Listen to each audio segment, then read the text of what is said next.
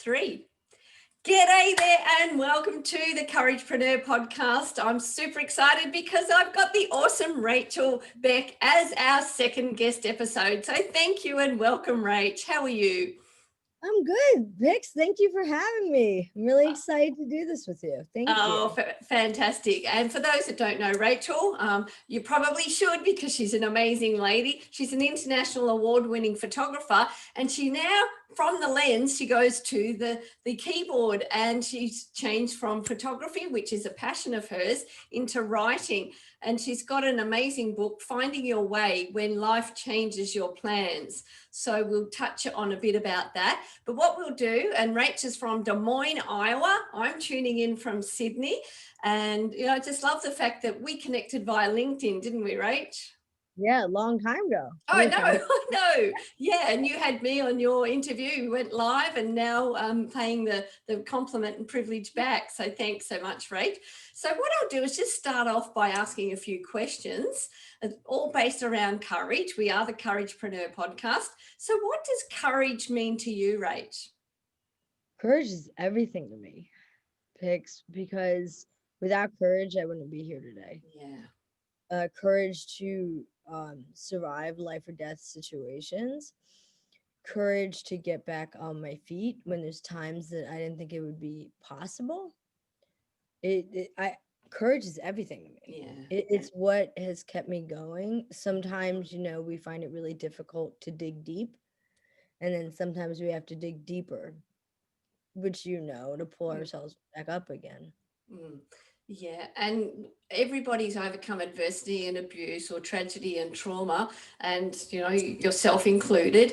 So what was one time, it's great to hear people's highlights and how they've got through things, but what was one kind of low light when you were feeling less than courageous? You kind of didn't know where to turn or what to do. I have two times. The first time I remember doing it was the day after I miscarried. And I had been in the hospital all night, been up all night, traumatic event. The next day I was in bed and I said, this is a make or break moment for me. Part of me didn't want to get out of bed. Part of me wanted to stay there because the grief and the trauma was so deep. It was so deep. It was wearing my body down. I was exhausted because, medical complications. And it took that courage to swing my foot over the side of the bed. And I had family staying with us at that time, which ended up being a positive thing because they were very loving and compassionate. That was one huge moment. I said, if I didn't do it then, I didn't know Pix. I mean, I was heartbroken. It really was heartbroken.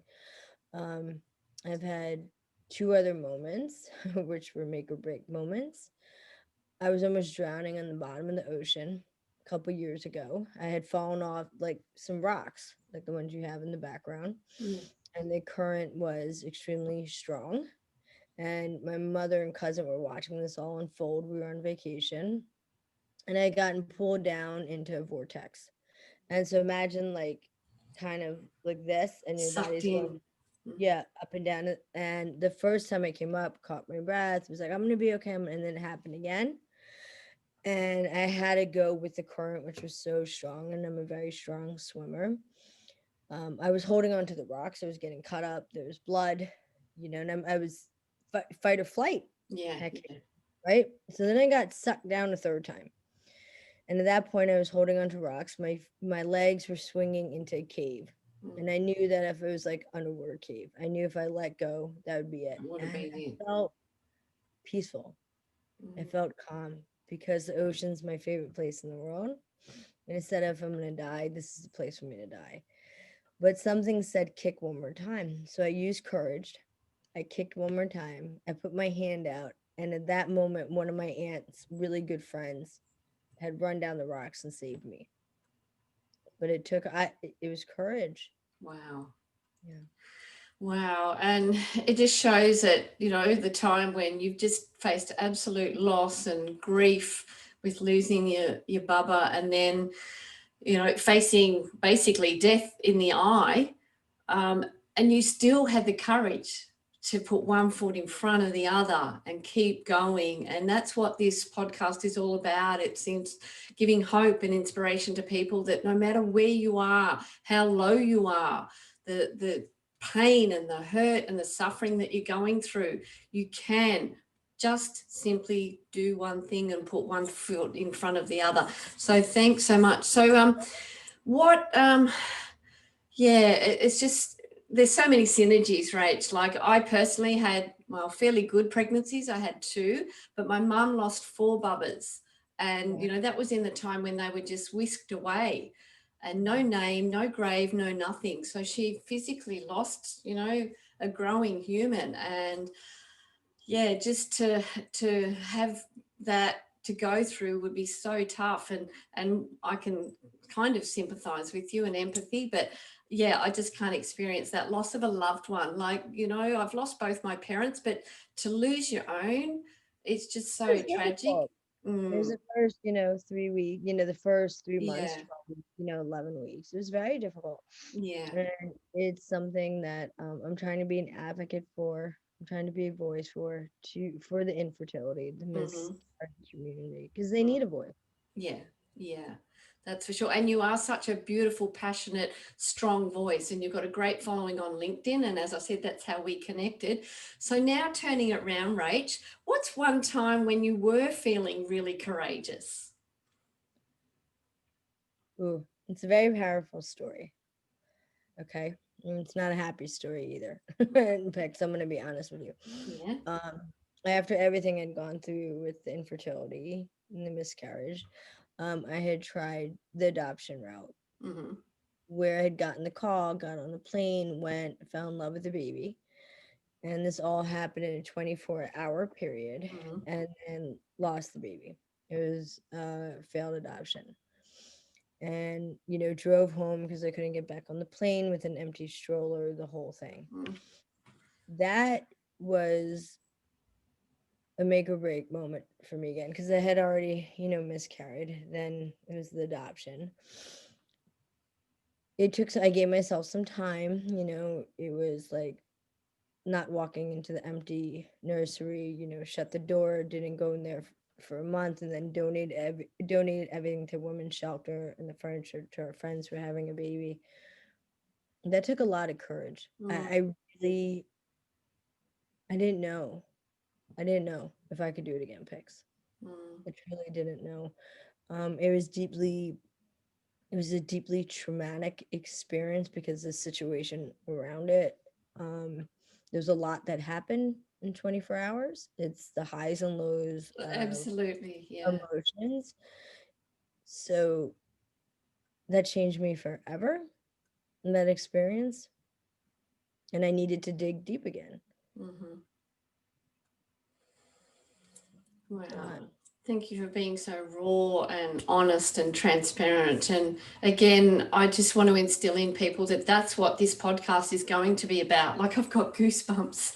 It's drilling down to those tough conversations, like the suicide, the loss, the death, the grief, facing bankruptcy, all those really tough conversations, because I know in times such as these, leaders such as yourself and myself, we need to step up and be that beacon of hope and light and courage for people. So thank you for being so honest and raw and sharing that, because I know, the pain never goes away. It may lessen a little, but the pain never goes away. Yeah. So here's to courageous Rach. Well done, beautiful.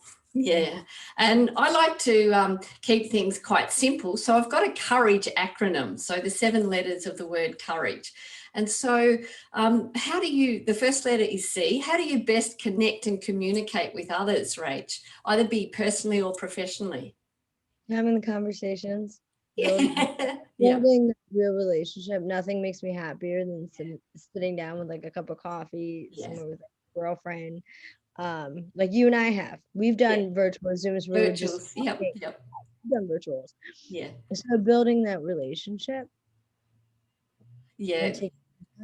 Absolutely. And that's actually the R in it. So there's so many synchronicities in the word courage. The next letter is O for open heart. You've got such an open heart. So what are some of the maybe traits or attributes that having an open heart is, or open mind maybe even, Rach? There's two, and I know you'll understand this. I know you will. So you and I both know having an open heart it's a blessing and a curse, right? Yes, it sure is. People make the mistake of that because we have a big heart that we're weak. They do that whole thing, kindness, weakness. Yeah. You and I both know this complete opposite. Yep. So having that open heart, I also put walls around it, picks, to Mm. protect myself. Yeah. To protect, we might have open hearts, we might be empathetic people, but we still are strong enough to Yeah. know who to let into our heart and into our Mhm. space. Mhm. And we protect it. And I'm okay protecting it. Yeah. And I guess if I can share something personal for me, I was in a very narcissistic relationship and I kept going back to it. Everybody saw that it was not serving me well. But the minute I took my power back and he stepped away, was like, wow. And from then, I've just really developed my own courage muscle. I mean, I've had it all along, but it's really been strengthened.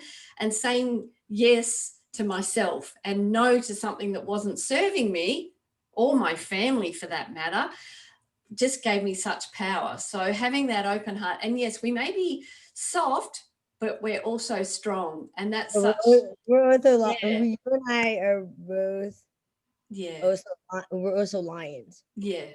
Everybody has their thing. Everyone's got their buttons that, like, if someone would say something about my beloved friend Pix, I would be going, my friend. But Yeah. and we And learn. Like, Pix, I've made mistakes in my life too. oh, I who the hasn't? lessons, the things Yeah. I know at 45, I wish I would have known in my 20s, and I made mistakes.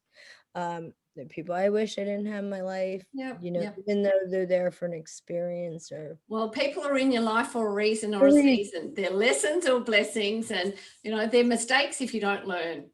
That's it. And whilst I've had exactly the same people and events in my life that I would never wish on anyone, as long as I've learned from them. Some, it's taken me a while to learn the Yes, lesson. It's absolutely. like, girlfriend, you need another one. Come on. When are you going to learn this? So, yeah, And you're right. Sometimes they're there to learn for us, like, what not to do, yeah, what we don't want necessarily in the next relationship. Like, there are absolutely. lessons yeah, we Yeah. all make. Yeah, fantastic. And our next letter in our courage acronym, Rach, is you. So what makes Rachel Beck, what makes you uniquely you? Because you're bloody amazing. So what's your uniqueness? You know what, Pix? It is taking me years to step into my own skin. Yeah. Years. And I finally have done that. I'm proud to be an Indian Jewish woman. Yes. It's taken me a long time to Raised in not, America. yeah, just everything to say that it makes me unique. Right. Mhm. And yes, there are other Jewish Indian women out there. I've met them. It's been incredible to meet them. But to step into my own skin Yeah. and to understand that I don't need to conform anymore for what society wants me to be. Yeah. What is the accepted version of what a woman should be? And that is something I learned about 2 years ago. Yeah. Yeah. And, a lot of people don't find their purpose or their authenticity. And, they may be suffering imposter syndrome, like living up to who they think they should be or who they think others think they should be. But I'm like you, a kind of a late bloomer. I like to say I'm like a good wine. I mature with age, and hopefully I've gotten better with age, but I'm stepping into my own inner brilliance and absolutely owning that and not shying away from it. Because like I said, in these times, especially these times, people such as yourself and I need to step up and just own who we are so that we empower others to go, you know what, if she can do it, so can I. Oh, and I'm behind you 100%. Yeah, yeah, yeah, Yeah, that's absolutely. beautiful. It takes time. Look, it takes time. This is a perfect example, Pix. You'll appreciate this. Other day I was with a woman and she was feeling, she said, I really want to like do something. She was talking about something she's wanted to do for a long time. She Yeah, said, but I really shouldn't spend the money on it. And I said, and she worked really, really hard. I yeah, said, why are you, doing that if you really want to do it? And she said, oh, I feel really guilty, like taking care mm, of myself, doing something for myself. yeah. And I said to her, this is what women do. We're Burnt constantly, toast syndrome. We feed everybody else first and then we eat the burnt toast or the burnt, yeah. yeah. And I said, sweet, I hope you do this. Cause she was like lit up talking about me. Her whole face just like radiated. And I said, I hope you do that. I hope it's something, if you really want to do it, do it. Yeah, fantastic. And that's it. Literally just own your integrity, own your authenticity, own your vulnerability as well. And really, I can say COVID has been a curse for a lot of people, and I'm not denying the tragic loss of life and the trauma and the mental health issues, but it's absolutely been a blessing for me because it's like I lost my full-time job and I could have had my own pity party, which I had for like 5 minutes till I went, you know what, this is time. I literally had the time and I thought I have to step into my own inner brilliance and be uniquely you, uniquely me. So our next letter, and you've already touched on this, Rach, and we have a brilliant one as well. Explain about real relationships. What are they? What do they mean to you? It means I can be who I want to be. Yeah. It means it's like I could see it, you and me on a couch, bun in my hair, Yep. 6 o'clock in the morning, having coffee, walking Yep. that beach behind Yep. you. Yep. It's being who we want to be, the Yeah. real us. And honestly, Pix, I'm at a point in my life, I don't want a relationship unless it's real. I mean, like, life's too short. Like, Yeah. life's too short. Yep. I'm all about building real friendships, real relationships. I also keep my eyes open. Yeah. You know what I mean? I think that's something you and I need to do. We know Mm-hmm. who our friends are and to be conscious of that. But a real friend is someone that you get up after a whole night of talking, you go get some pancakes, Yep. Yep. and you're just like, okay, let's just go and have a blast and You can just be. You just can be. just be. Yeah. Just be. And Yeah. just be like, Pix, let's go have fun on the beach today. Yep, absolutely. In fact, the other day, I live in a complex with 6 unit blocks and there's about 160 units. And I know some people are struggling emotionally, and I've connected with a few people. So I've asked them individually and privately if they'd like to be involved in a WhatsApp chat. Basically, I've started that. There's half a dozen of us in it just to check in, and just to know that somebody else cares. And even when my mum was dying, because I was very close to my mum, one of my friends would simply send me an emoji, a love heart or something, and I went, wow, they don't need to say anything, but the fact that they're thinking of me, that's what a real relationship is. And we're talking personal, but you can have professional relationships as well. And we know that people do business with those they know, like, and trust. And it's the same with friends. You hang around, your vibe attracts your tribe. Absolutely. Yeah. Absolutely. And it's about, I do the same thing, with my girlfriends too. Like, Yeah. my best friends live all over the country. And sometimes it's just a quick heart thinking of you. I love you. I hope Yeah, you have. exactly. Yeah, yeah. And our next letter in our courage acronym is A. A for an amazing attitude. You could have thrown in the towel so many times, Rach, but you have an amazing attitude. So how do you keep your attitude up? By making the conscious choice to do it. Yeah, that is It- powerful. Can you just repeat that, please? Sure. It's making the conscious choice to do that. And it's Making the conscious choice to do that. It is a decision, guys. You can diss me for it, but you decide your attitude. Fantastic. Thank you. And it is a choice, right? Look, Pix, you and I both know, we've talked about this. Not every day is rainbows and unicorns. You still say that. We know that that's not the way it is. Yeah. You and I hold on to the days that are really good and wonderful because it helps us get through the rest of the hard days. Yeah. Yeah. That actually is such a great segue for our next letter, which is G, which is grateful and growing. So how are you grateful, and how do you feed your mind, body and soul? How do you grow it? I'm grateful every single day. I've Mm, had 3 near-death experiences, so there's not one day that I'm not ungrateful for life. I'm grateful every single day because I've had 5 parents in my life, my 2 biological, the mom who died, then the father who I can't find, that I'm looking for, then the 2 parents who adopted me, and then the woman who saved me and put me in the orphanage, right? Who took me into her home. I wake up every day thinking about those 5 people mm, because they all made a choice. yeah, And that I feel like I need to honor the choice that they made in picking me yeah. because I was a choice for 3 of them. And that there's not a day that goes by that that's not in my heart. How beautiful is that? And there's a lot of adoptees and fostered children out there. So, some are brought up in, sadly, less than positive environments. But yeah, to be grateful for especially those 3 who did choose you, that's so beautiful and special. And yeah, just I encourage people to have that grateful heart, and I have a gratitude rock placed around my house, like in beside my bed and the gate when I go out. So I think about a few things that I'm grateful for. And it doesn't have to be earth-shattering things. It can be that the sky is blue today, that someone held the door open for me. It's those small things that just increase your own gratitude. And there's scientific research about the effects, the positive effects of gratitude and meditation and everything like that, that raises your vibration and your frequency and helps you be a much calmer, more grounded person. So that's just beautiful.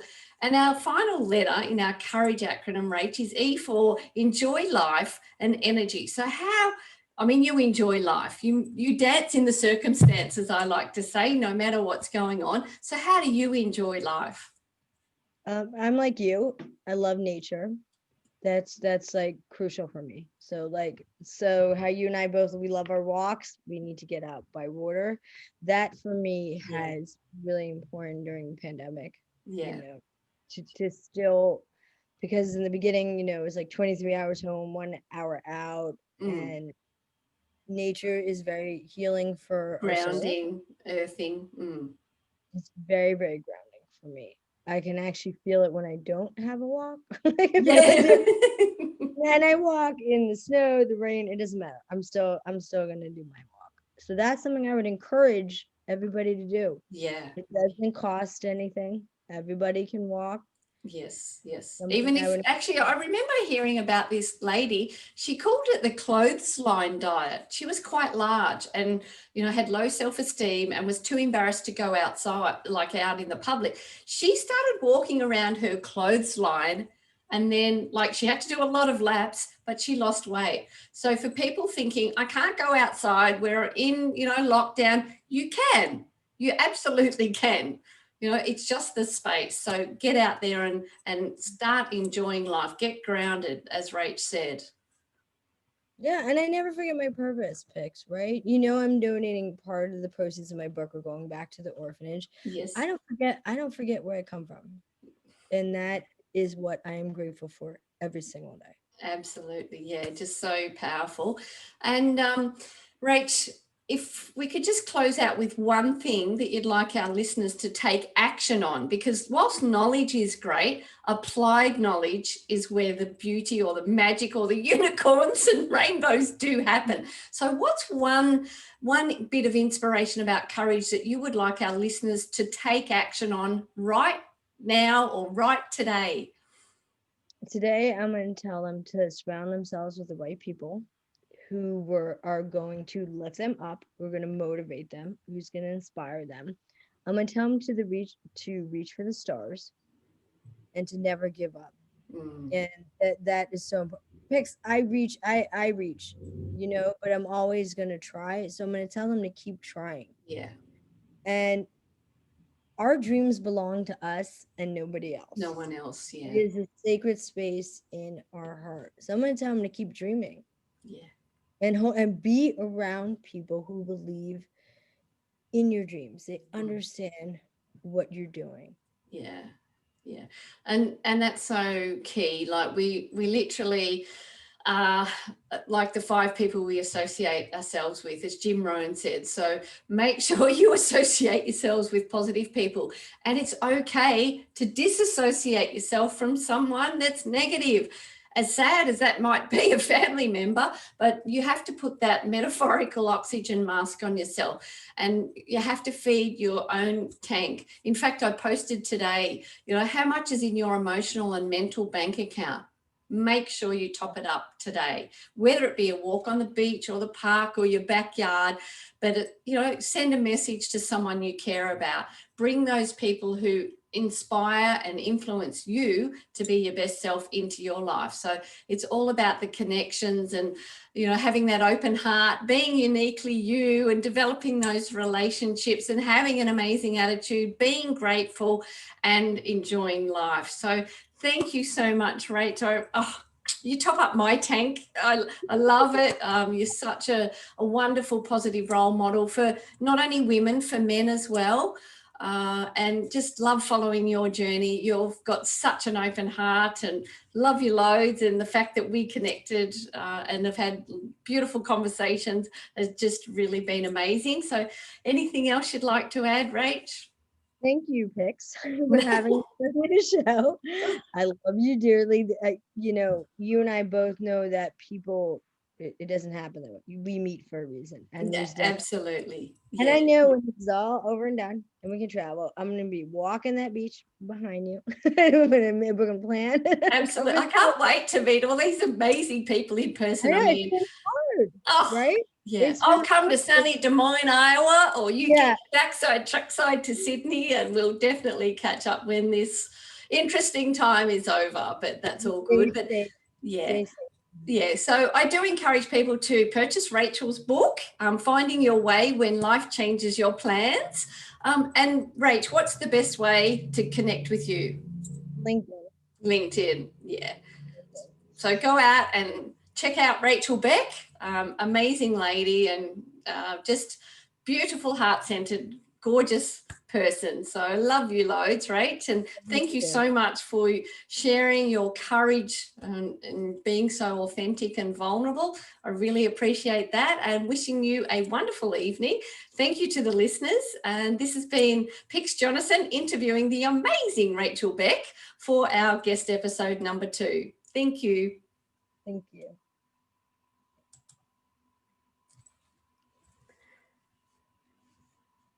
Thanks, honey. You're welcome. That was wonderful. You're amazing. You're still recording. I don't know if you know that. Yeah, well, the red.